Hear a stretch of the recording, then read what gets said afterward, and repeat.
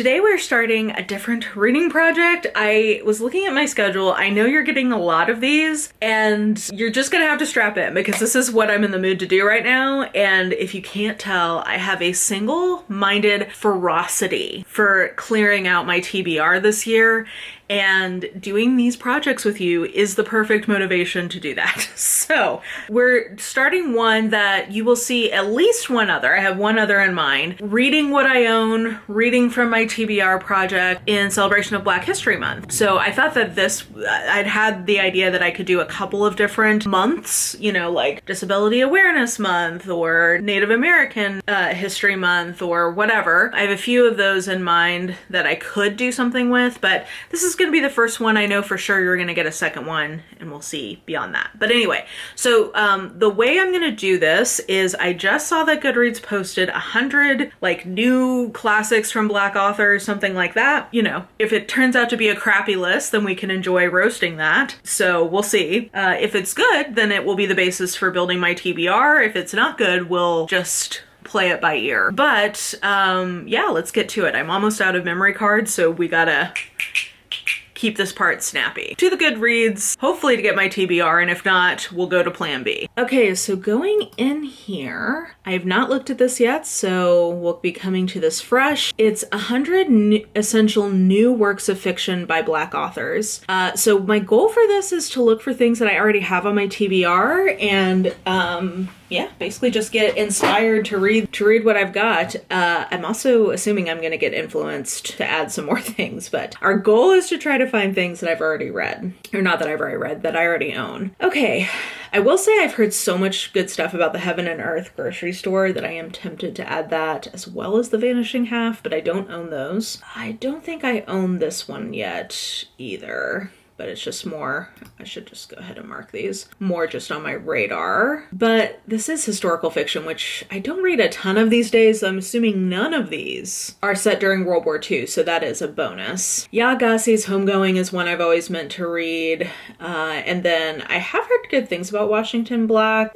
Maybe. I'll put that as a one to read. Okay, so unsurprisingly, don't have stuff on my TBR already in historical fiction. Probably going to be the same for contemporary. Oh, Such a Fun Age! That is one that I have, and I actually physically own this one already, so that could go on here. I've heard great things about it, and this might be just the push I need to go ahead and read it, but I don't think I have any other of these, though. I have read something else from Jacqueline Woodson that was really good, but it was, I think, middle grade. Okay, romance time. I'm hoping I have a few of these, or that I could be easily persuaded to read some of these. Okay, 7 Days in June. This is also a 5-star prediction for me, so we should definitely add that one. Do I own The Wedding Date? I do have the ebook. Okay, so we could add this one. And then do I own... No, I don't own this one. Okay, so let's add The Wedding Date and 7 Days in June to the TBR. And then, ooh, Rebecca, we've got a lot of authors that I like. What is the, okay, I really want to love Kennedy Ryan, but she is the angst queen. No, I'm not, yeah, okay. I already know I love Beverly Jenkins, so maybe. Then again, I already have 2 books. Okay, sorry, refocusing. This is supposed to be books I already own, but this is influencing me, so.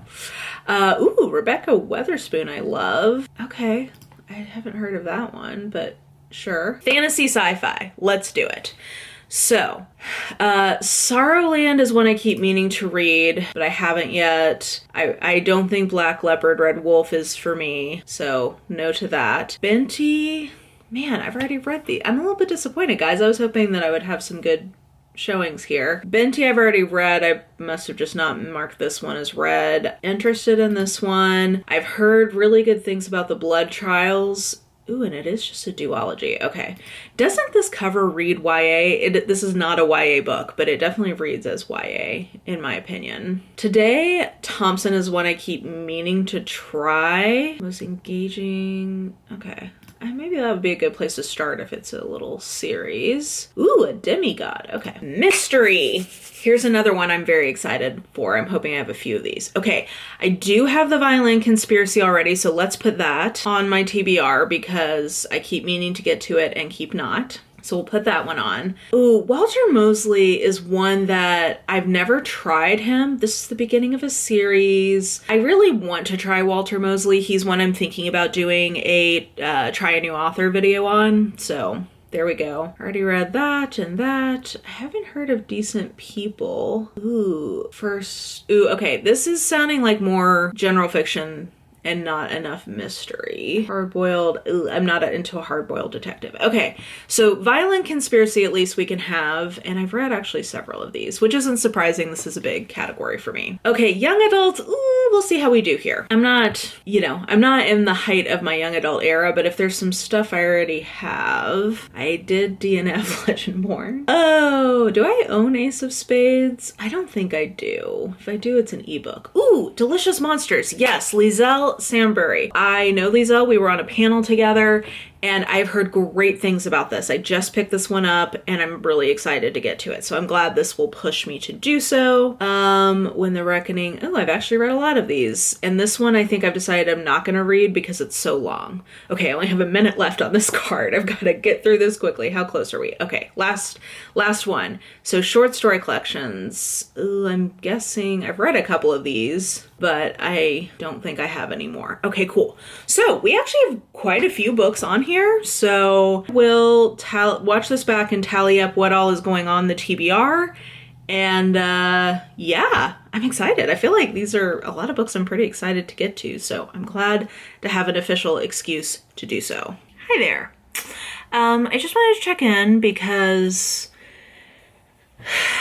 life is life, and I got assigned this big new project at work, which is fun is not the right word. It's invigorating. I'm not mad that I'm on it, but it has taken so much energy out of me that really all I'm wanting to do is knit at the end of the day. So anyway, I don't think this is going to end up being a normal vlog. I think we're going to just do a check-in. So you guys saw me defining my TBR, and then we're going to do like a final wrap-up. But before we got to that, I did want to pop in and say, I think I'm going to change up what I'm putting on there. So I'm going to use that Goodreads list as the basis, though side note, Ashley from Bookish Realm did a great video about that, so I'll link that. But I'm going to make a couple of changes. One is I realized like I just want to read some nonfiction that doesn't feel right / it doesn't feel complete, maybe is the way to say it if I don't. And I've been looking for an excuse to finish the autobiography of Malcolm X. So I'm going to sub that in. And then I think I'm going to ditch one of the romances. I'm not sure which. Probably The Wedding Date, just because 7 Days in June is a 5-star prediction for me, and I'm kind of eager to get to that. So I'm going to ditch one of those. And then I might sub in a fantasy into the mix, but I'm not sure which book I would do that for. So anyway, we'll find out. We're just kind of vibing here as we go. Any which way, I'm reading books that I already have, so we'll see what happens. But I did, before we did this overall roundup, tell you that that's kind of where we're at. From the time of the TBR to a few weeks later when like life circumstances have changed a little bit, and what I foresee the end product being. So I'll see you in the wrap-up. Man, somehow we're already at the end of February. I don't know where this month went. Yeah, this month did not go how I thought it would. So here we are. I don't even remember what all books I was originally supposed to read for this, so I can't tell you the full delta. But I have 6 books I'm going to talk to you about that at some point got put onto the TBR, Goodreads / my own whims and feelings. So, I don't know. Normally I go from the bottom up, but maybe we'll go from the top down this time. That might be kind of fun. So I read 6 books. 6 books are included here, 5 of which I finished. And my favorite of them was 7 Days in June by Tia Williams. This is almost a 4.5. Like very close, but I feel like I can't quite call it a 4.5 because it is a second chance romance, which I struggle to love fully, and it has a dual timeline. I think if it had only one or the other, I probably could have like fully been into the plot. But anyway, so the 7 Days in June refers to these 2 kind of like star-crossed lovers who had this magical week years ago and have like since gone on you know, led their own lives. They're both artists or like writers. You know, she has a kid. He's really involved in this boy's life that he really cares about. Like, they have their own lives that have been going on, but then their paths cross again, and, you know, are they gonna get back together? And this is so well written. I love the writing in this, and I love the characters in this. It has a really fascinating kind of blend of humor. Like, a lot of the banter and stuff is very funny, but it's also got a lot of pathos and a lot of emotions and feelings. So I just thought this was like incredibly well done. So a very strong 4-star for this. This was a very worthy 5-star prediction, and I can see why so many people have loved this and why people thought I would love this, because yeah, it's great. Then a book that is a bit outside of my comfort zone, but I'm really glad I picked up, is Such a Fun Age by Kylie Reed, who I always want to call Riley Cade, but that's not her name. And what's interesting about this, so the setup is that there's this nanny, this black nanny working for a white family. She has the white child with her, and she's at the grocery store, and somebody accuses her of kidnapping. It becomes this viral moment. And I thought that's kind of where the energy of the book was going to be, is on that incident, but it really is just sort of the inciting incident for spending time with the nanny and with her employer, like the woman who employs her, as well as the dude, but like more so it's these two women. It's a really interesting character study, and it's what Mari from My Name is Marines always calls a disaster girl novel. It's very much that, which is not my trope set. Actually, I have very similar thoughts in terms of this and 7 Days in June, which is both of them I think I would have liked better if they were tropes or plot types that were more my thing. So I think I liked this about as much as I could like what is called a disaster girl novel, where it's like this woman in her 20s trying to like figure out her life, and she's so much chaos and such a mess. It can veer sort of into manic pixie dream girl territory, depending on if there's a dude involved and kind of like what the framing of that is, but she's just sort of like a mess and she's trying to get her life together. So that's really more what it's about, and it's her interaction with the mom. And I just, particularly what I liked in this was her interaction with the little girl, and kind of like, I don't know, this felt like almost a reclamation of the kind of storyline that's in The Help, but from a much more nuanced and complicated place of like women of color taking care of these white children. I thought that was very interesting, and I don't know, this is just really well written, to the point where even though it's not my kind of book, I couldn't really deny how great it was.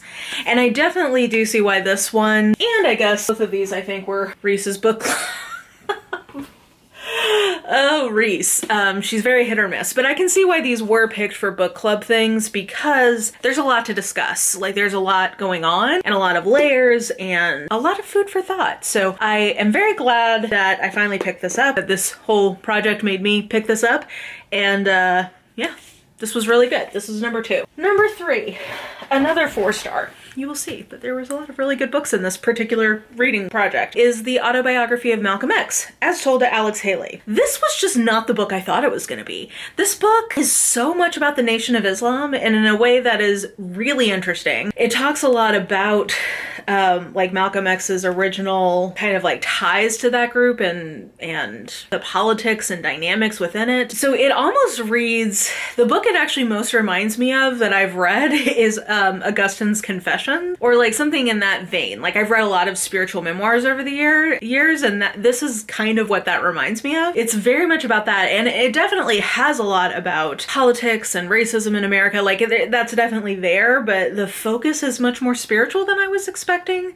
I also think the genre of this is fascinating because it's as told to Alex Haley, and from reading the sort of like adentia here to understand like the surrounding historical context, including the epilogue that Alex Haley wrote describing the interviews and like kind of how this book came to be.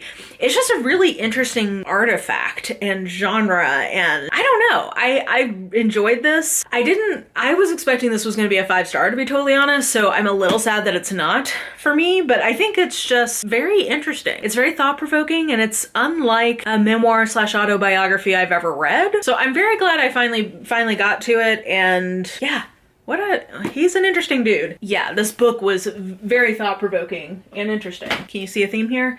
Okay, and then my last 4-star is a sub out that I did because I was looking for an audiobook because I've been knitting a lot and I have realized that while I cannot sew and listen to audiobooks very well because there's often a lot of like active measuring and math happening, when I just get into, you know, like stockinette in the round, I can do an audiobook. So I remembered that I had a copy of an audiobook of Tristan Strong Punches a Hole in the Sky by Kwame Mbalia, which is a middle grade, I'm gonna call this upper middle grade, lower YA fantasy in the Rick Riordan Presents line.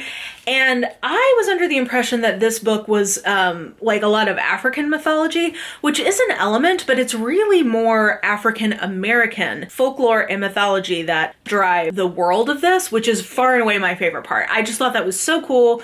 Like it has Gum Baby and John Henry and Brer Rabbit. Like, I don't know. I just thought that was such a cool approach to the world building part of it. Also, side note, very superficially, look how gorgeous this map is.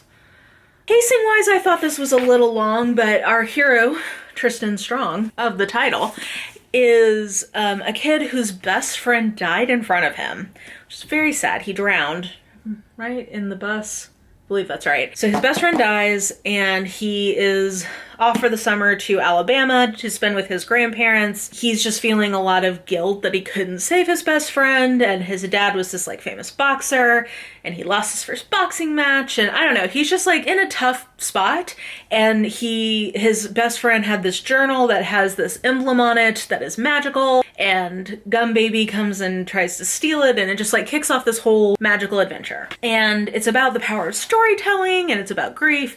Like I said, I think it's a little long for a middle grade novel, which I actually saw Ashley from Bookish Realm talking about this in a TikTok recently, that I think that's like a discourse thing, that a lot of books that are supposed to be middle grade are getting longer and longer, and it's like, well, how approachable is that for some readers in that age bracket? Like, anyway, side note. But yeah, I thought that pacing wise this was too long, but the writing was great, the world building was great, and it had a lot of emotion. I felt like I could have done with more humor considering it was a Rick Riordan Presents book, but it definitely did have that. It had that element as well. And yeah, this was just really well done, really cool. And I was delighted that the mythology was a little different than I was expecting. And I thought it was like cool as hell. Okay, and then a 3.5 is If the Boot Fits by Rebecca Weatherspoon. This is contemporary romance. The title always makes me laugh because it makes me think of that scene in Toy Story 2 when they're like, if the boot fits. But anyway, so this is a series where there's this ranch. The main male character is a Hollywood star. He just won an Oscar, and the night that he wins an Oscar, he and the main girl hook up. It's awesome. She accidentally takes a statue, and then they like run into each other at this wedding at his family's ranch that one of her best friends is getting married. So like they cross paths again and love ensues. I think that it's a little short, and I think plot-wise it was kind of underbaked, but I just love the way Rebecca Weatherspoon does characterization, and like the kind of dialogue and character building for her characters are always just really compelling to me. So that always just kind of makes me have a good time, even if I'm like, I don't know about this plot. In this case, I just felt like the plot, I don't know, it was a little insta-love for me for a contemporary. I'm fine with that in a paranormal or fantasy. For a contemporary, a little too insta-lovey for me, but it was a pleasant way to pass the time. And it does include a sex scene where one or both of them is wearing a cowboy hat, so if that does anything for you, there you go.